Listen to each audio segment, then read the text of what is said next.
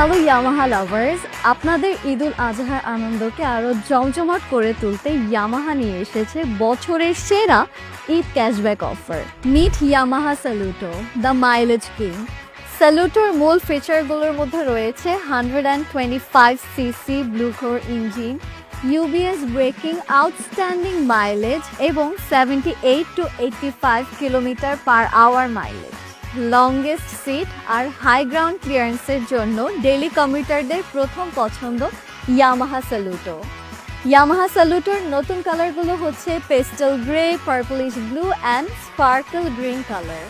আর এতে রয়েছে 2000 টাকা ক্যাশব্যাক, মানে আফটার ক্যাশব্যাক এই বাইকটির প্রাইস দাঁড়াচ্ছে 1,63,000 টাকা।